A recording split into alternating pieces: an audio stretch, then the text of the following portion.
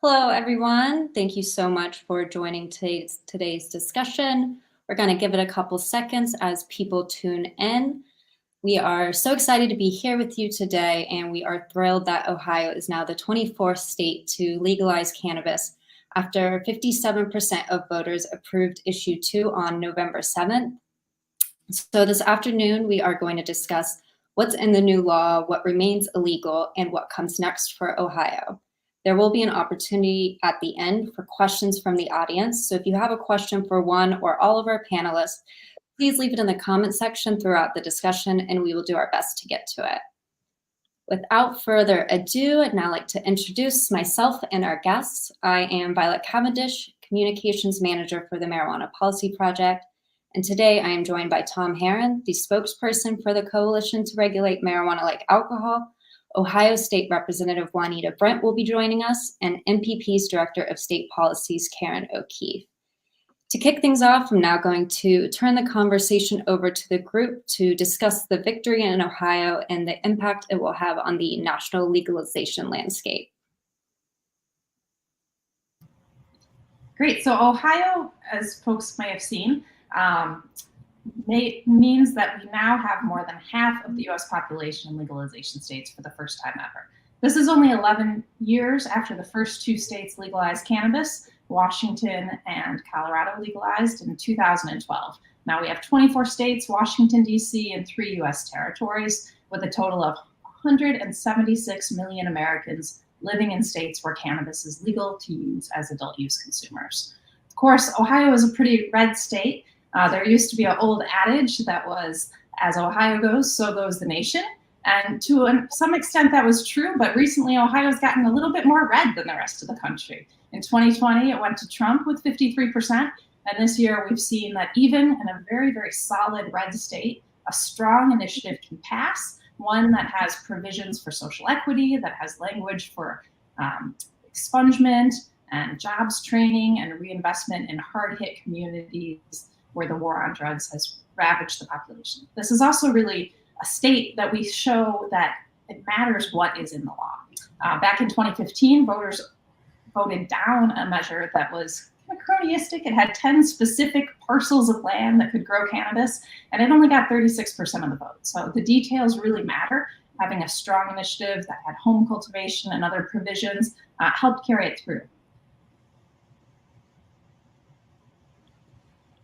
Tom, did you want to add any more insights on what happens? Yes, sorry.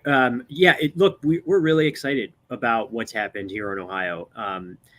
Karen, I know that you mentioned Ohio's been sort of trending more red over the last several years. But look, Ohio has been relatively progressive on marijuana policy. I mean, we've been a state that decriminalized personal possession all the way back in the 1970s. So as we sort of went all throughout the state and talking to voters about issue 2, we really got a sentiment more of like, well, this is kind of a no-brainer, right? This makes perfect sense. So I don't understand what all the problem was with marijuana on the front end. So, we were really encouraged over, from the time we launched the campaign almost 2 years ago. And we always thought that Ohioans would be behind issue 2. And that proved true on election day. We passed with about 57% of the vote, winning 33 counties that voted for Donald Trump in 2020. So issue 2 won in more urban districts, it won in more rural districts. Polling right before the election showed that we were supported by evangelicals, by parents. I mean, we really crossed all of these demographic lines that showed the real sort of nonpartisan nature of the support behind marijuana policy reform. Great. Thank you both for those insights, Tom and Karen. Tom, I'm going to kick it off to you now to discuss what is in the new bill and what Ohioans should know about it. Yeah, so under Ohio's Constitution, when a citizen-initiated statute is passed by the voters, it goes into effect automatically 30 days after the election. And so this year, that's December 7th. So on December 7th, possession of marijuana in up to 2.5 ounces of flower or plant material form, or possession of up to 15 grams of marijuana in extract form, becomes completely decriminalized. And it means also that starting on December 7th, adults can cultivate up to 6 plants at their home, provided that it's done in a locked and closed area that's not visible to the public and not accessible to children. So, we always believed that prohibition was a moral injustice. And on December 7th, we end that injustice here in Ohio.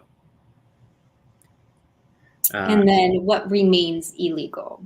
Yeah, so the name of our campaign was always the Coalition to Regulate Marijuana Like Alcohol. And so along those lines, you can't, walk down the street and drink a beer. So under issue 2, the public consumption or public smoking of marijuana also remains prohibited. And doing so would be a minor misdemeanor. Again, more in line with public consumption, having an open container of alcohol than under, laws that impose more severe criminal penalties for marijuana possession. Also, much in the same way that it's illegal to drive while you're impaired by alcohol, it remains illegal to drive or operate a boat if you're impaired by marijuana. Issue 2 also does not change the sort of per se limits for impaired driving for marijuana, right? We know that there are limits. You can't be over 0.08% for alcohol within your blood. Those per se limits also continue to apply for marijuana as well.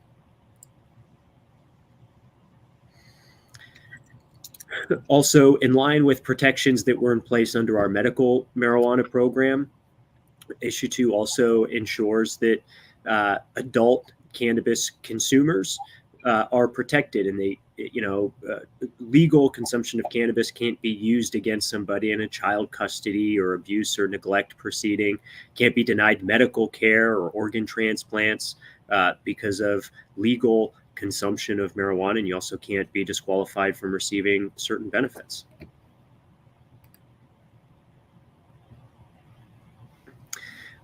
There are some limitations that continue to apply. However, issue 2 recognizes certain private property rights, for instance.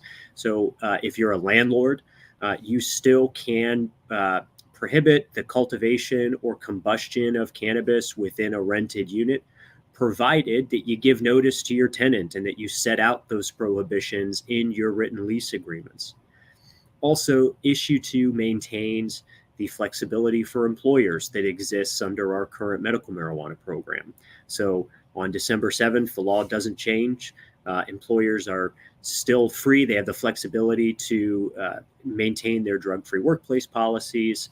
An employer is not required to accommodate the use of marijuana by its employees. They can still, refuse to hire or discharge an employee if they are using cannabis. So under issue 2, we wanted to ensure that we didn't start back at square one and that we weren't recreating the wheel. 23 states came before Ohio and enacted their own adult use programs. And one of the things that we learned is that it's much easier to build off of an existing regulatory framework when implementing an adult use market. And so under issue 2, we provide regulatory authority to the Ohio Department of Commerce through the Division of Cannabis Control.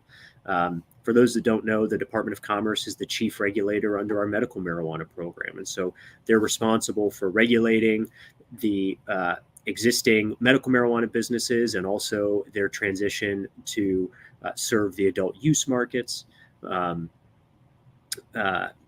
Under issue 2, we also authorize 40 new cultivation licenses and 50 new dispensary licenses to be issued with a preference for social equity applicants, for those people who are participants in the new social equity and jobs program.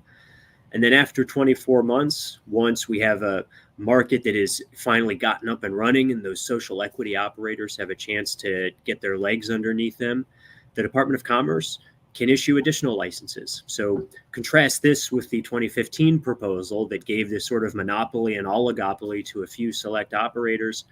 Under issue 2, the Department of Commerce maintains its total discretion over license issuances. So we fully expect that issue 2 will provide for a market that has a much greater representation of small businesses and Ohio-centered entrepreneurs in our adult use market.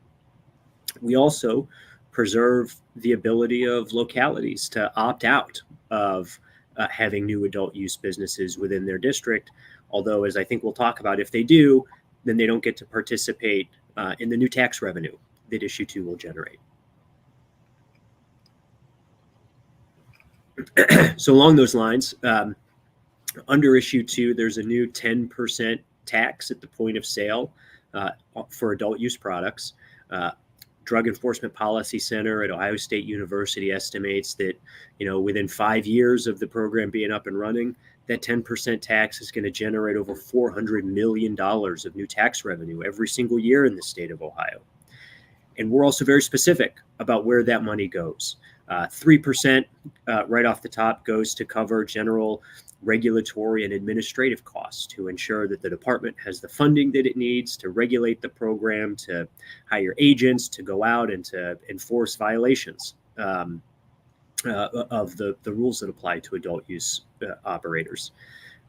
36% of that new tax revenue goes to the Social Equity and Jobs Program Fund, and that money will be used to fund really important social equity and social justice efforts like studying and funding criminal justice reform, sentencing reform, bail reform efforts, and to make direct investment in disproportionately impacted communities.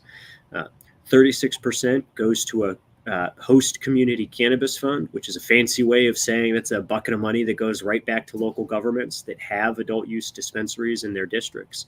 And 25% goes to a substance abuse and addiction fund so that we can ensure that we have funding to support folks who are addicted to other more dangerous substances.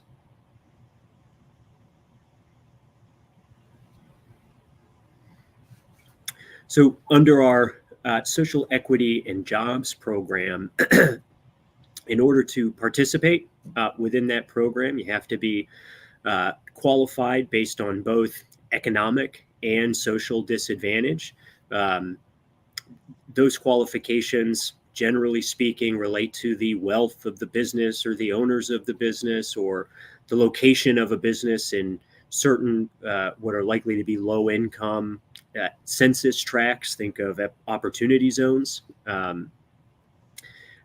where social disadvantage can be based on membership in a racial minority group or a person's ethnicity, national origin, gender, disability status, etc., or prior convictions, arrests, or adjudications as a juvenile delinquent for certain marijuana-related offenses. The specific offenses, of course, will be determined by the Department of Development. So once you are participating in that fund, as I mentioned, we have some licenses that are sort of set aside with a preference to be issued to participants in that Social Equity and Jobs Program. But the money will be used to invest in these disproportionately impacted communities so that we're really focusing and restoring communities and making investments in the arts, entrepreneurism, youth development, legal aid, violence prevention. And then we're also funding and studying reform efforts like expungement and bail reform.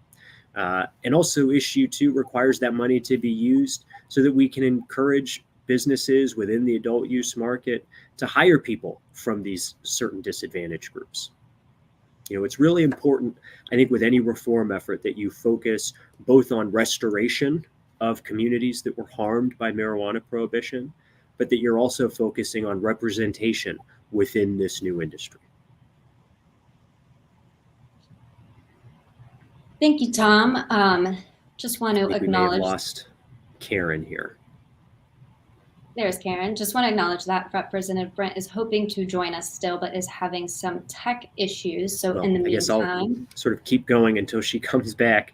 Yeah, we will. As with any initiated statute, it gets codified in the Ohio Revised Code, and that means that it's capable of being modified, just like any other law. And that was really intentional. I mean, we really believe that this is an industry that's dynamic, it's ever evolving. And so once we have an adult use program that gets implemented and we have a chance to evaluate at how it's operating. We have a chance to see how the market is developing. We wanted to ensure that we could modify regulations so that our regulations can grow along with the industry. But what we certainly didn't want was for the industry and issue 2 to be kneecapped before it has a chance to even be implemented.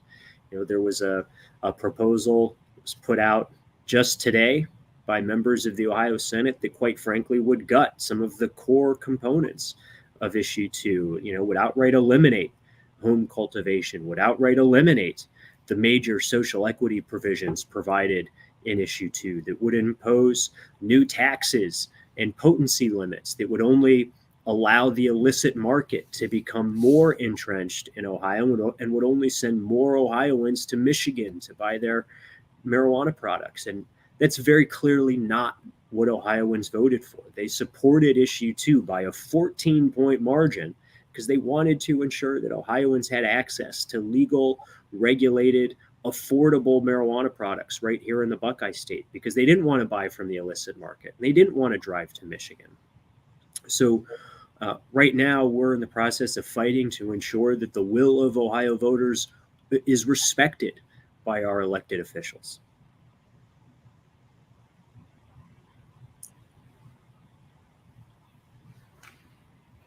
Karen, do you have anything to add on that while we wait for Representative Brent? Sure, yeah. So as Tom mentioned, a bill has been introduced at the behest of the Senate President that would gut in many ways issue 2. In addition to what Tom mentioned, as I read it, it totally changes, it repeals the entirety of issue 2 and replaces it with something new. And all of the legal protections for people who possess or use marijuana say a person who obtains adult use marijuana from a licensed retail dispensary may use or possess marijuana, which would mean it's only legal if it's purchased from a legal dispensary. And the same bill says that those dispensaries cannot be licensed to start selling to adults for at least 12 months. So that would just nullify legalization. It would not be legal if you didn't buy it from a licensed retailer, and there would be no licensed retailers for a year.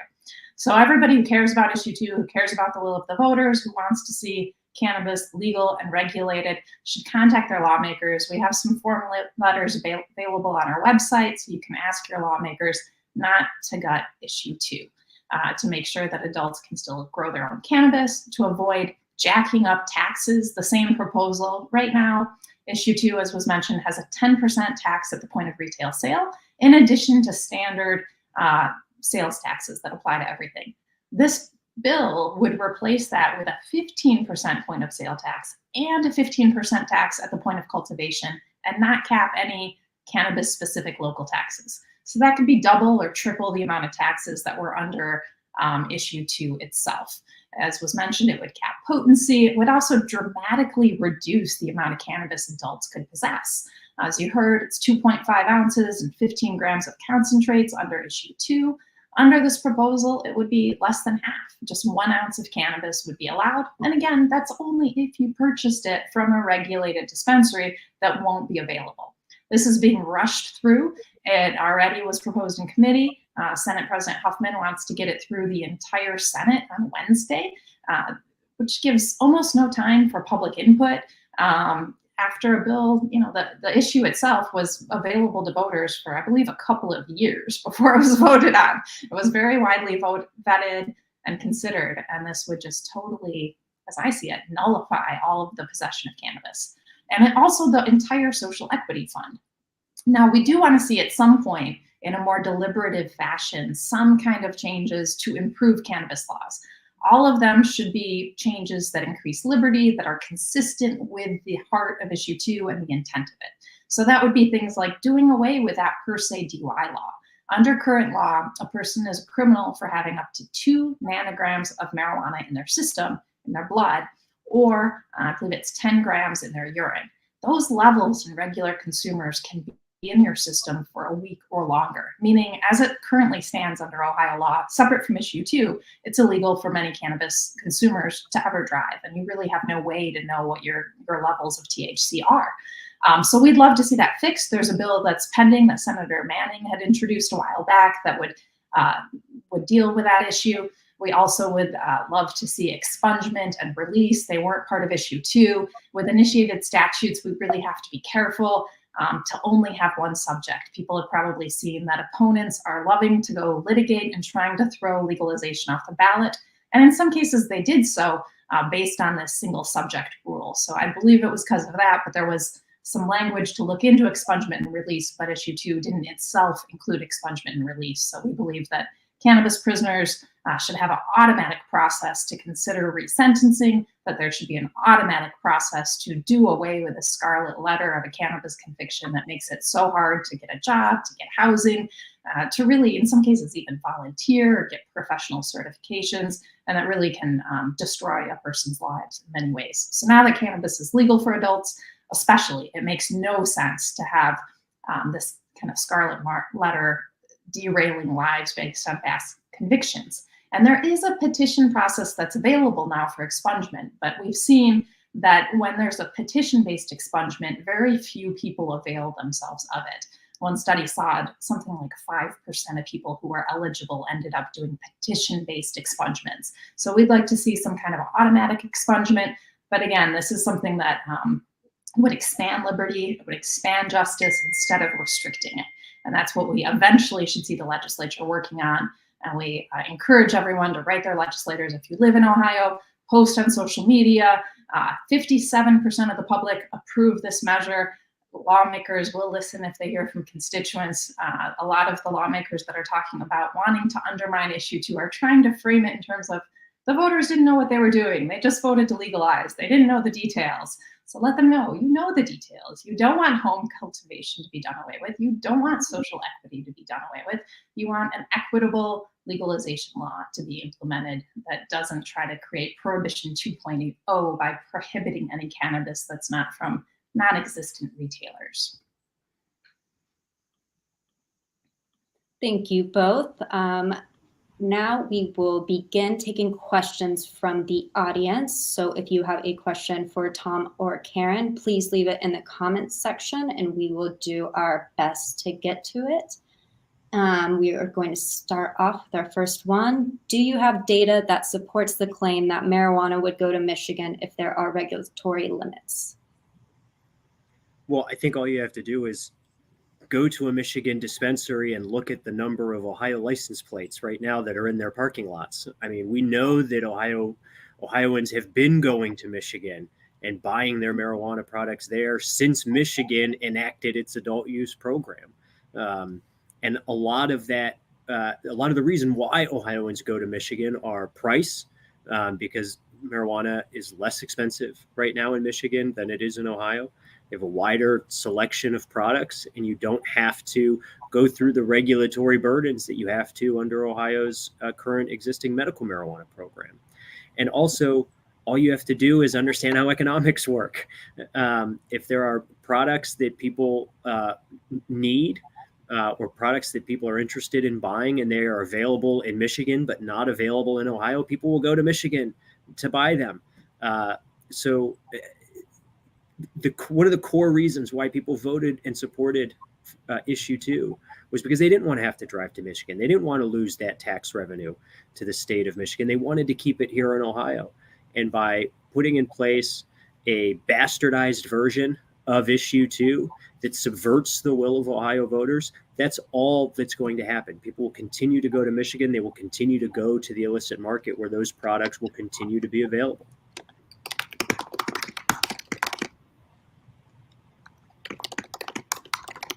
Thank you. Excited to announce we now have Representative Brent joining us. Thank you. We are just going through some audience questions. Before we do that, we had some technical difficulties, and we're so thrilled to be joined by you, Representative Brent. Representative Brent has been a champion for so many issues. She is the reason that the medical cannabis program in Ohio includes autism. She championed a legalization law that included expungement and release a couple of years ago, and she launched Cannabis for the People to push for issue 2 to be implemented in a way that includes expungement release and other great things. So before we turn back to audience questions, we're so sorry we had technical difficulties, and we'd love to hear from you about what you would like to see happen.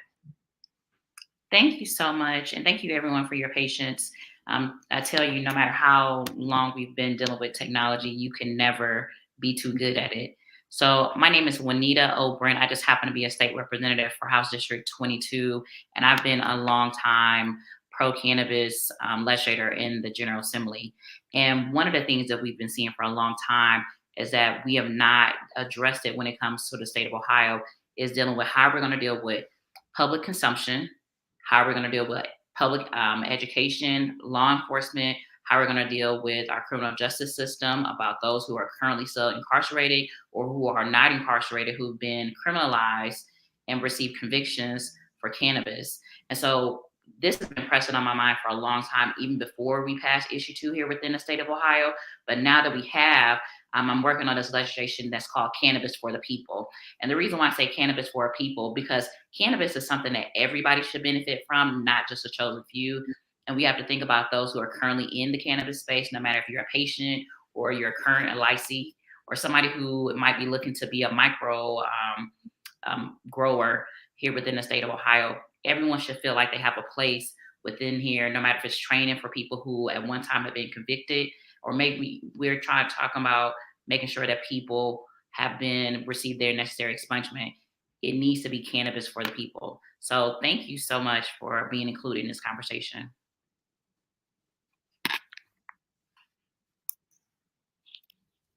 Violet, you're on mute. It wouldn't be a webinar without that happening. No, what indeed. Thank you for joining us, Representative Brent. We can go to our next audience question.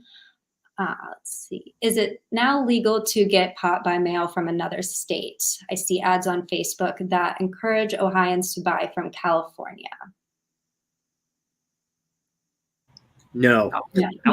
No. No. Next question. Does it seem more like the opponents of the new law want to control it to their benefit?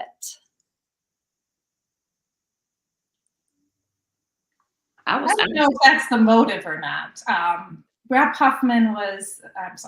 Huffman was very, very opposed to legalization before it passed. He introduced a resolution that the Senate overwhelmingly passed against legalization. He might just want to kneecap it because he doesn't want to create a workable program. I don't know the motive at all. Maybe one of you do?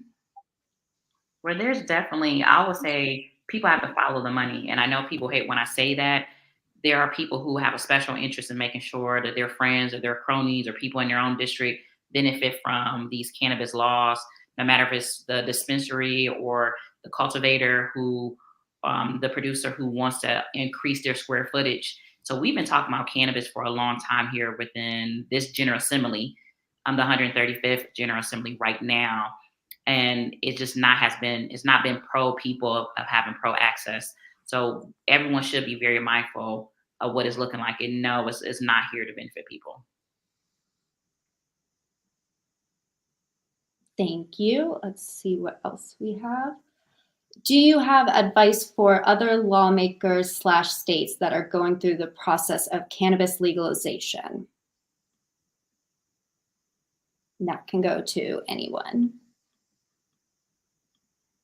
I'll chime in. I've worked on legalization in a number of states. It's important to get together a wide variety of stakeholders. About half the states have the ballot initiative process, and Ohio is one of them, and about half of them don't. By and large, the larger percent of those with the ballot initiative have passed because voters tend to be far ahead of elected officials. But I'd say important things include, making sure that an initiative or bill includes provisions that feedback from a wide array of stakeholders to make sure that you have buy-in from a number of organizations that are willing to mobilize their base to speak out in support of it. You want to get a good legislator as a champion who's willing to really fight for it. You want to also be able to mobilize the public in order to contact their elected officials, to find folks who are willing to speak out to the public. We've worked closely with Law Enforcement Action Partnership and Doctors for Drug Policy Reform. Having voices from those communities is very important to showing that there is public health and that there is a public safety reason for legalization, that these can be far better for public safety and public health than prohibition, where cannabis is on the illicit market and where it's dangerous and unregulated and sometimes violent.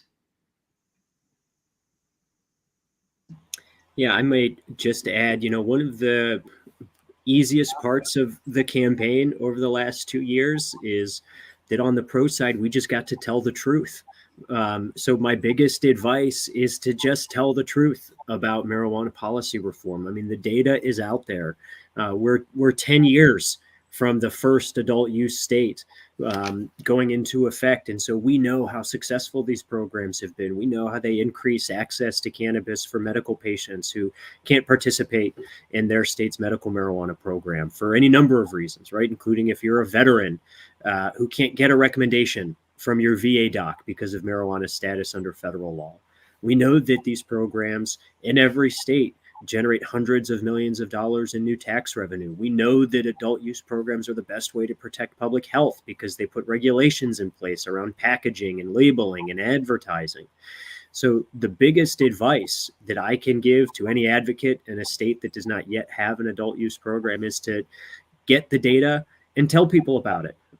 Because it's so much easier to tell the truth than it is to do what our opponents have had to do, which is to make up reefer madness, scare tactic, misleading talking points that, quite frankly, voters don't believe anymore.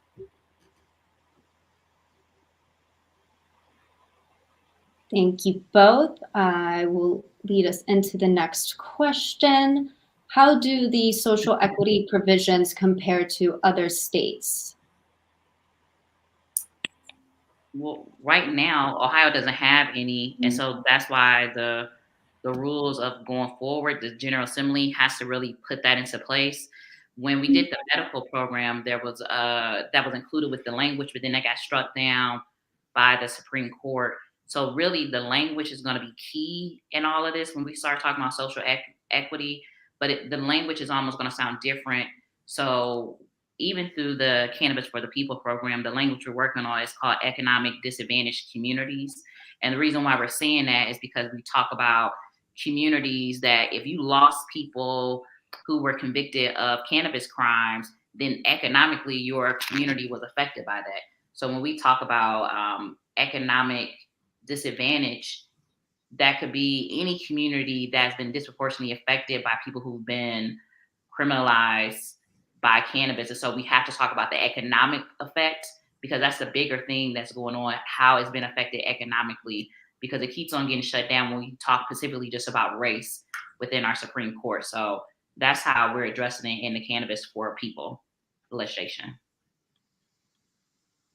And I'll add an issue too did allocate 30% of all of the tax revenue to social equity and jobs program, which included a lot of possible buckets, including technical assistance and funding for grants, I believe, for social equity applicants, as well as violence prevention, possibly legal aid, community reinvestment. So there was that bucket of money, and that's something that would be stripped in the Senate bill that is being considered. It would be completely eliminated, as would the provisions that have prioritization for the new licenses for the social equity and jobs applicants. It's stronger than a lot of the states. It's not the number one strongest provision, but there are a lot of states that have no funding for social equity at all. So I'd say it's in the top 25% as it stands. But if what happens and how it's implemented will be a question too. If it's amended as HB 86 would do, then it would be in the bottom 2% or so. Thank you all. Just a reminder, if you have a question for one or all of our panelists, to leave it in the comments section. We have another question. How does the proposed legislature affect the medical patients in terms of access, affordability, and education?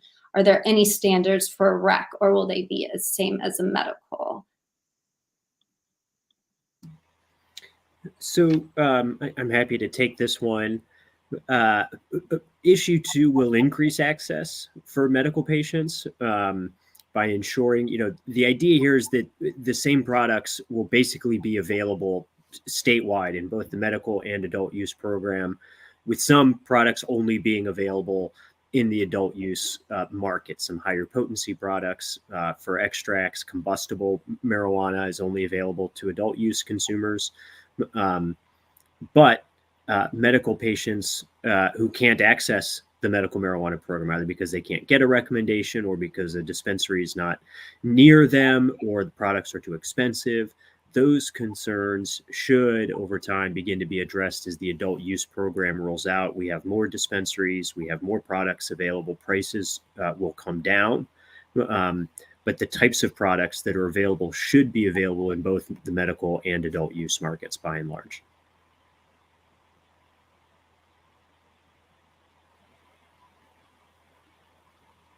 Thank you. We have another question. I live in Pennsylvania. Do you currently work with any representatives here that I can reach out to help us regulate cannabis like alcohol? Yeah, so the Marijuana Policy MPP has been working in Pennsylvania for some time. We were very involved in the medical cannabis push, and now we're getting more and more involved in the push for legalization as well. There are legislators in both chambers that are working on legalization. In the House, Representative Frankel has been considering how to craft a legalization measure. He held one hearing that was invited witnesses and plans to have a series of additional hearings on how to craft legalization. There's also a bill in the Senate that's Senator Street and Senator Laughlin's bill. We have a summary of it on our Pennsylvania page, which is mpp.org/PA, which I can pop up there. So I definitely encourage you to reach out to your lawmakers. There's a wide variety of how legalization can be crafted.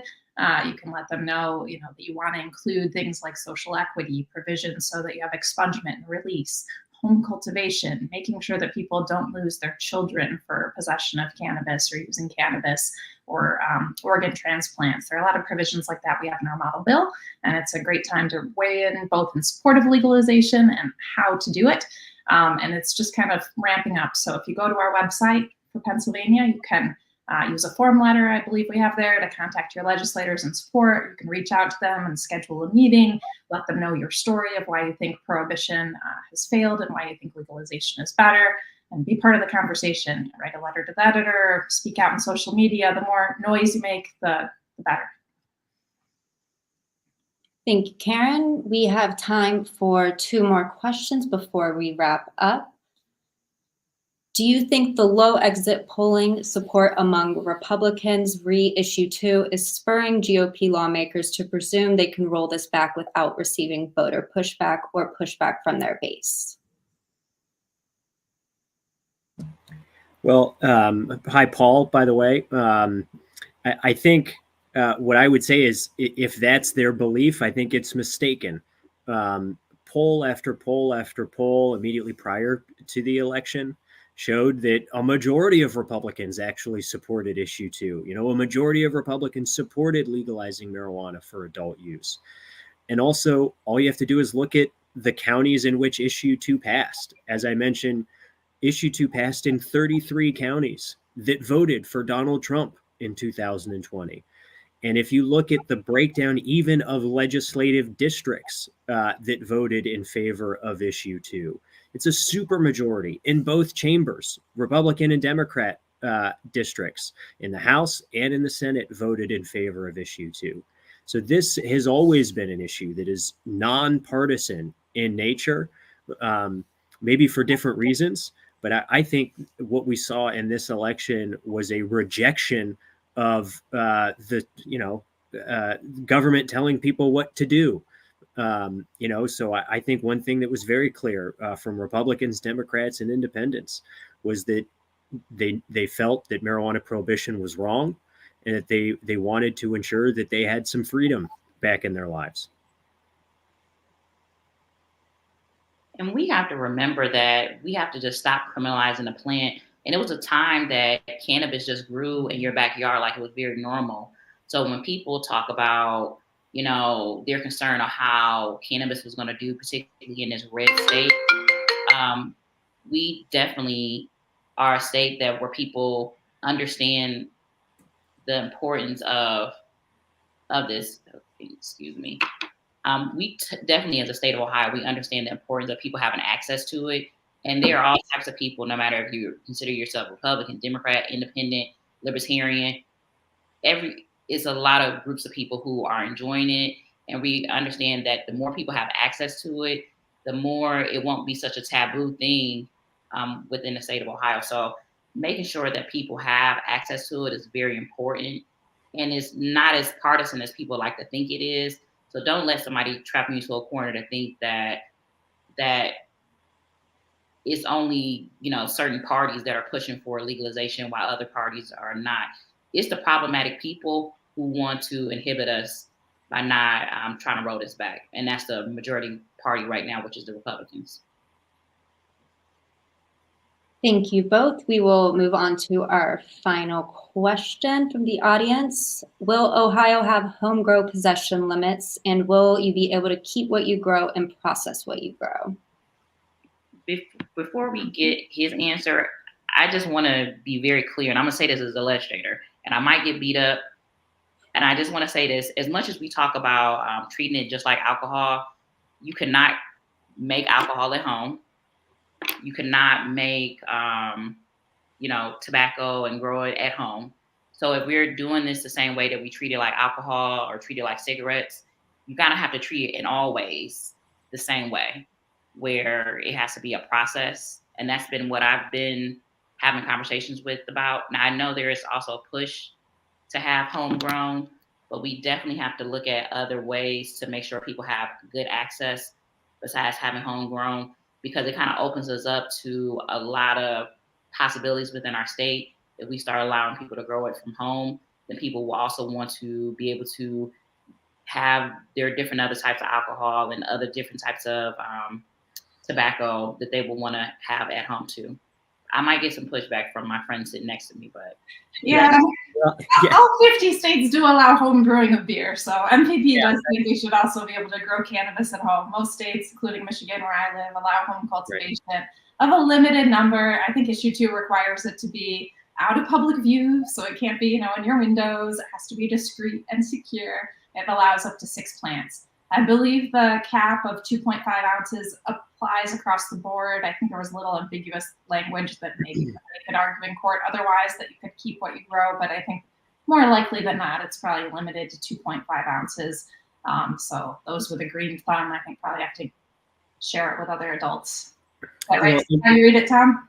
I think where we really came at it, Karen, to your point, was you can brew beer at home, you can make your own wine at home, and the restrictions contained in issue 2 surrounding home grow, locked and closed area, not visible to the public, not accessible to children, etc. Those are actually more restrictions than are on home brewing of beer and making wine at home. So we really felt like if we want to treat it like alcohol, which means if you're over the age of 21, we trust that you're going to be able to act like an adult and make your own choices, and that you can do so responsibly. We wanted to ensure that same philosophy applied to cannabis as well. One thing where it's not like alcohol is cannabis for many is medicine, including people that use it through the adult use program. One survey found that over 60% of people buying cannabis from adult use counters in Denver were using it for sleep aids, and a similar amount, over 70%, were using it for pain. So that's one of the reasons we think it's really important to allow people to grow their own medicine. Some people it's not covered by insurance, and some people just can't afford to buy it from a dispensary. So allowing somebody to grow their own cannabis, whether it's as over-the-counter medicine or for enjoyment, like they can do with home brewing of alcohol, we think a reasonable provision that adults should have the freedom to do with a plant that is far safer than alcohol and many medications. Thank you all. That concludes the questions from the audience. Thank you all for submitting those questions for our panelists. Before we conclude this discussion, I just want to give all our panelists the opportunity to make any final remarks. I'll say just be sure to contact your legislators if you live in Ohio and let them know that you want them to listen to voters. It's very easy to feel a little defeatist, but we won. We got 57% of the vote. And I've seen many, many other states that were conservative too, including Alaska, where the voters approved legalization. And in the same way as Ohio, lawmakers could have amended and repealed the law and considered just changing it to affirmative defense you have to prove in court. But people mobilized against those draconian procedures to gut the will of the people there. And if you do it here, you can defeat them as well. So make sure you have your voices heard. Do not be threatening or inflammatory. That will backfire. So be passionate, but don't be at all threatening, please. And reach out to your lawmakers and make your voice heard. Yeah, and just real quick, and then I'll give the last word to Rep. Brent. I want to reiterate our gratitude to Ohio voters for getting us to this point, but also reiterate what Karen said. Please reach out to your legislators and tell them how important it is that they respect the will of the voters and that they allow Issue 2 to be implemented as the voters have decided and as they have chosen to, direct the state government to do, and that we don't want to see Issue 2 be gutted through a rushed legislative process that's designed to just eliminate the ability for the public to provide input. Issue 2 first went to the General Assembly in January of 2022, almost 2 years ago. They ignored us for almost 2 years. And now only after 2.2 million Ohioans went to the polls and voted in favor of Issue 2 are they now trying to pass these huge changes to end up with a shell of what voters supported in November. So it's really, really important to make your voices heard.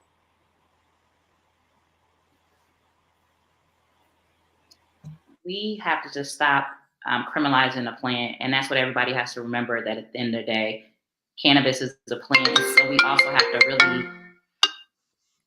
really have to look at even how we talk about it, how we address it. And the use of talking about cannabis, we have to talk about cannabis everywhere. We have to talk about it in our churches. We have to talk about it in any place that you go to, religious, non-religious, schools. We have to make sure that conversation continually happens. As long as we allow people to stigmatize it, we are missing out on so many opportunities economically, medically, education-wise within our communities. So just remember, stop criminalizing the plant. And your voice is so important. And the people have already spoken that cannabis is truly for the people. Well, thank you all. And that concludes our discussion for this afternoon. I just want to extend a huge thank you to all three of you, Karen, Tom, and Representative Brent, for taking the time to join us today and have this important conversation. And thank you to all of those who tuned in and asked questions. This video will be available after this live recording to view. And with that, just congratulations to Ohio for becoming the 24th legalization state.